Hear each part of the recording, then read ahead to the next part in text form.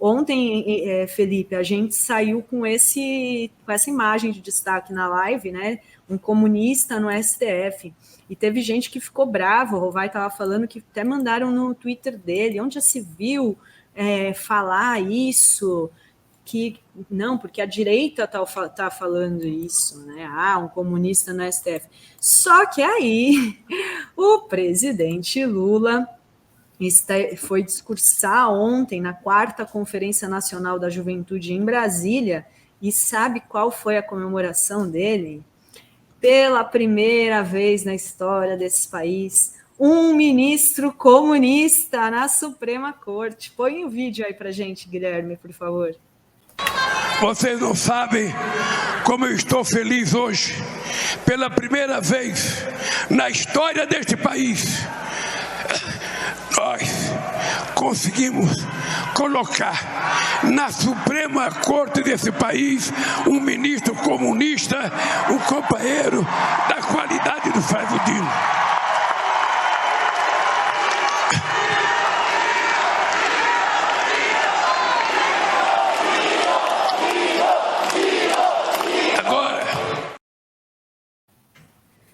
Muito boa essa fala, como diz aqui a Magda Lombardi, né, Felipe? Que vitória do governo. Por que a fala é boa? Vamos lá. Porque a primeira coisa que nós temos que fazer é esclarecer que o termo comunismo é obviamente utilizado de forma pejorativa, descontextualizada e desprovida de significado pela extrema-direita. É isso que eles fazem. É uma estratégia nazista. Está lá no livrinho que eu sempre menciono aqui, do Viktor Klemperer, A Linguagem do Terceiro Reich. Uma das estratégias é ressignificar palavras para que elas pareçam, tenham um tom pejorativo e se joguem contra os adversários políticos. Então, para começar, ninguém é comunista científico aqui. E não existe nenhum comunista científico no governo e não existe nenhum regime comunista no mundo. Vamos deixar isso bem claro. Comunista do ponto de vista trotskista, leninista, maoísta, do que você quiser. Esse tipo de comunismo não existe. O Dino se diz comunista e sempre se diz comunista, mas ele é um comunista de Proudhon. Proudhon é a referência, é um comunista utópico. Em que sentido? O Dino sabe que cada vez é mais difícil uma sociedade comunista científica, que significa uma sociedade sem classes, em que os meios de produção não são meios privados. Né? Há a tomada dos meios de produção, como diz o Marx, e por isso eu brinco com o quadro tomando os memes de produção e não tomando os meios de produção. Então, o que ele fala, ele é muito confrontado, por exemplo, Dri, com a questão do iPhone. Dizem, mas o senhor tem um iPhone. Aí ele fala, sim, tenho um iPhone e sou comunista, mas eu quero que todos tenham um iPhone. Ser comunista significa que eu quero que todos tenham acesso aos mesmos bens que eu tenho. E é isso que o Dino esclarece. Mas é claro que ele sabe que isso é uma corrida de 1.000 metros. Como é que é uma corrida de 1.000 metros no comunismo de Proudhon? Quando você chega no metro 999, a meta vai para 10.000. Aí você continua correndo. Aí quando você chega em 9.999, a meta vai para 100.000 e você continua correndo. Aí alguém pergunta, então para que serve isso? Exatamente para o que se está fazendo, para correr, é para caminhar. O comunismo utópico de Proudhon significa que a gente tem que caminhar para uma sociedade mais justa, mais equalitária. Talvez a gente não consiga ter a sociedade extremamente igual e igualitária que queria, por exemplo, Lenin, que queria Marx. Mas a gente tem que chegar perto disso, a gente tem que almejar isso. E ser comunista nesses tempos atuais é almejar essa igualdade no máximo possível, na maior distribuição de renda possível, e é isso que significa ter o Dino no STF. É esse comunista no STF que eu estou explicando, ao qual o Lula se referiu. Não vamos deixar que a extrema-direita faça uma revisão semiológica da palavra comunismo e a utilize com esse tom idiotizante, esse tom de... Eu vou usar uma palavra ruim, mas não vou usar não, para não dar armas para a extrema-direita. Esse tom de manipulação que é melhor que a extrema-direita faz com a palavra comunista. Vamos acabar com isso. O comunismo é nesse sentido que o Dino nos deu e que bom que ele está lá no Supremo. E você sabe, Felipe, que a gente recebeu aqui nessa semana o pastor Zé Barbosa Júnior, que explicou que o comunismo está muito mais ligado aos valores do cristianismo do que o capitalismo, e que o comunismo não existia na época de Jesus Cristo, mas se fosse falar o que o Jesus Cristo se aproxima muito mais do comunismo, que é esse sentido que você estava explicando, né, da igualdade, da solidariedade, da divisão, da partilha dos bens, e principalmente não é da partilha da pobreza, não é da dividir a pobreza, é dividir a riqueza, né, a riqueza de que é de todos os trabalhadores que fazem a produção, que produzem, né, os produtos, as coisas e tudo mais. Então, e aí, Felipe, queria te perguntar, aproveitando, já que a gente está explicando, inclusive tem gente perguntando no chat, podiam explicar, né, que ficam usando, comunista, como se fosse algo muito negativo. E o comunismo, na verdade, não teve nenhum país verdadeiramente comunista, né, Felipe? É diferente socialismo do comunismo. Explica também para a gente. Exato. O comunismo científico, tal qual a acepção de Marx e Engels no Manifesto, e depois a apropriação de Lenin e alguma apropriação de Trotsky também, ele significa a total... os meios de produção totalmente comuns. Não há um dono dos meios de produção. É isso, é a tomada dos meios de produção pela classe trabalhadora. Então não existe o conceito de mais-valia, que é o que produz, o que distorce o capitalismo. O que é o conceito de mais-valia? Numa explicação muito básica, que quase toda a nossa comunidade sabe, mas que vale aqui para quem, né, desconhece, vale principalmente para a extrema-direita. Mais-valia é a diferença entre o que o trabalhador ganha e aquilo que o capitalista ganha na venda do produto. Então, se você ganha 10 de salário e aí o produto vale 100, 90 ficou de mais-valia para o empresário, para aquele que tem os meios de produção. Numa sociedade comunista, esses 90 seriam divididos por toda a classe trabalhadora e por toda a sociedade. Não haveria a mais-valia. É disso que estamos tratando, dessa sociedade comunista que nunca existiu em nenhuma parte do mundo. Existiu uma sociedade socialista, que pode-se dizer que é um degrau mais perto do comunismo, em que boa parte do Estado intervém para que haja boas condições de vida da população mais pobre. O chamado welfare state, ou o estado de bem-estar social, que é muito utilizado em países da Escandinávia, que nem se declaram socialistas, se declaram social-democratas, mas que estão talvez um pouco mais perto do socialismo, nesse sentido, porque é uma sociedade capitalista. A União Soviética foi uma união socialista, União das Repúblicas Socialistas Soviéticas. E mesmo com toda a explanação de Lenin, a partir dos conceitos de Marx e Engels, não chegou nunca a ser efetivamente uma sociedade comunista, mas sim chegou a ser uma sociedade socialista em que os meios de produção não eram de origem privada, eram do Estado, mas ainda não havia a total igualdade de classes, ainda havia uma diferença de castas. Então, isso que a gente tem que explicar. Nunca houve o verdadeiro comunismo nesse sentido. O que houve foi o comunismo utópico, que eu já expliquei, de Proudhon, e é esse comunismo que se refere o ministro Flávio Dino. Muito bom, Felipe.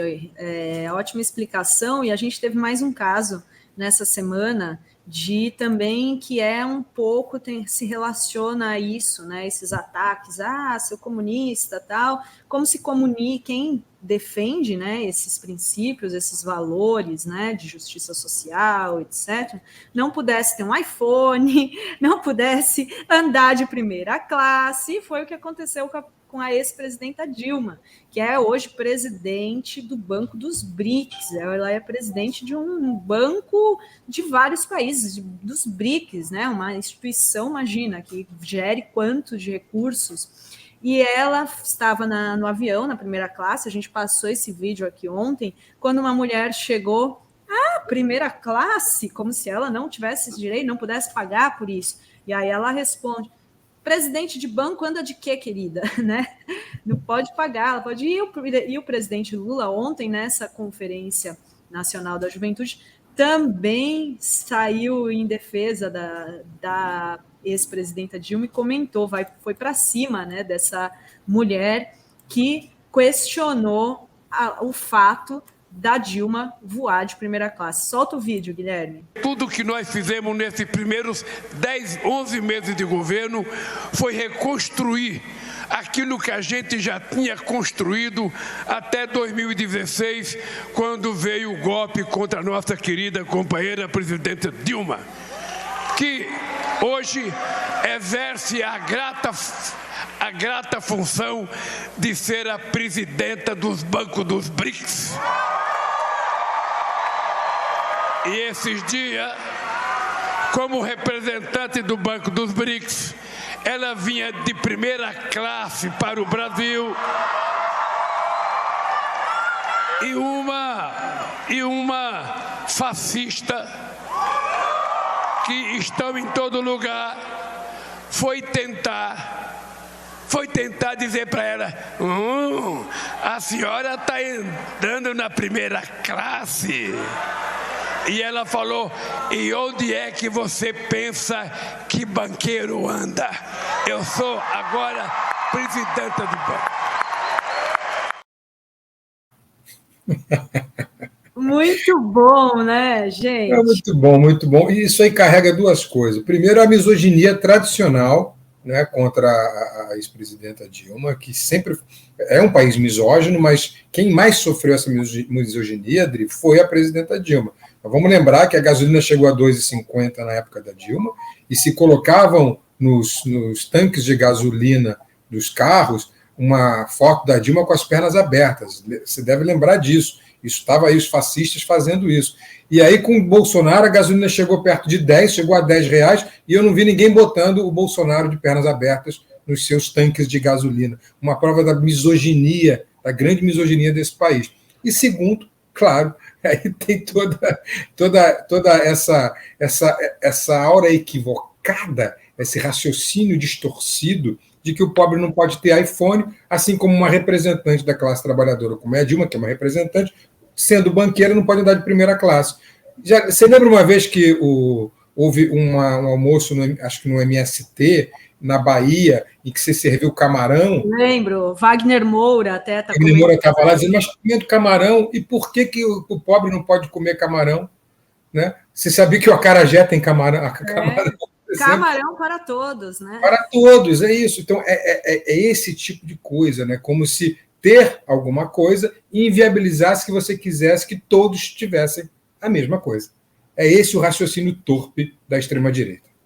E é isso também que está na raiz daquela fala do Paulo Guedes, quando ele disse que até empregada ia para a Disney. Sim, exato. Me lembro do Paulo Guedes. Não, porque o aeroporto está virando rodoviária. Eles, na verdade, falam que eles não querem, né, que ninguém faça nada, que seja só para eles, né? Só eu posso viajar de avião, só eu posso comer camarão, só eu posso, né?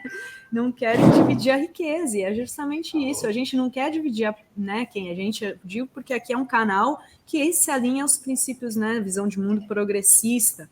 É a divisão da riqueza, para que todos possam, né, viajar de avião, viajar né, que queiram, né, comprar, comer bem, né, ter um celular bom, uma tecnologia, acesso à tecnologia, enfim, é isso, né? Eu recomendo muito o filme Que Horas Ela Volta, com a Regina Casé, porque ela exemplifica muito esse tipo de raciocínio, que, se você me permite só mais um minuto, Dri, está dentro de um conceito do Freud, que é o conceito de narcisismo das pequenas diferenças. O que o Freud percebe lá na década de 1920, 1930?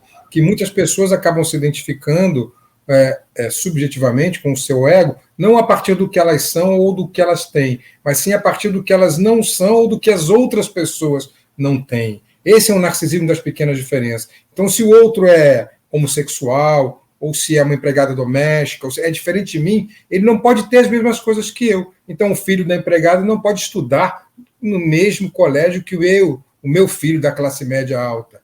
Não pode andar no mesmo avião que eu ando. É essa pequena diferença que me constitui como indivíduo e constitui o meu ego, segundo Sigmund Freud. Então, tem uma explicação psicanalítica também para que essa classe média alta conservadora acabe se alinhando aos princípios bolsonaristas. E a gente tem que dar atenção também a isso.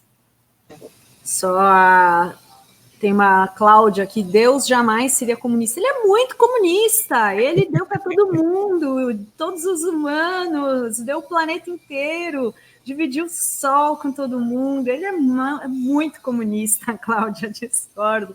E só um último comentário para a gente mudar de tema, que tem muita coisa ainda para falar, mas é que esse assunto rende muito. mas você viu que o presidente Lula chamou a mulher de fascista, né? Acho que ele seguiu o conselho da Janja, né? Que disse na conferência do PT no último final de semana que tinha que chamar os bolsonaristas de fascistas, né? Que é o que eles são. Então, e o presidente Lula fala, uma fascista, né? E só para observação. Mas olha só, gente, fantástica a aula desse brilhante professor, é isso aí, né, Felipe? Obrigado, gente. E vai ter corte, hein? Vai ter corte para vocês mandarem aí para a galera. Olha aí, ó, o comunista, tá falando que comunista é ruim, olha aí, né?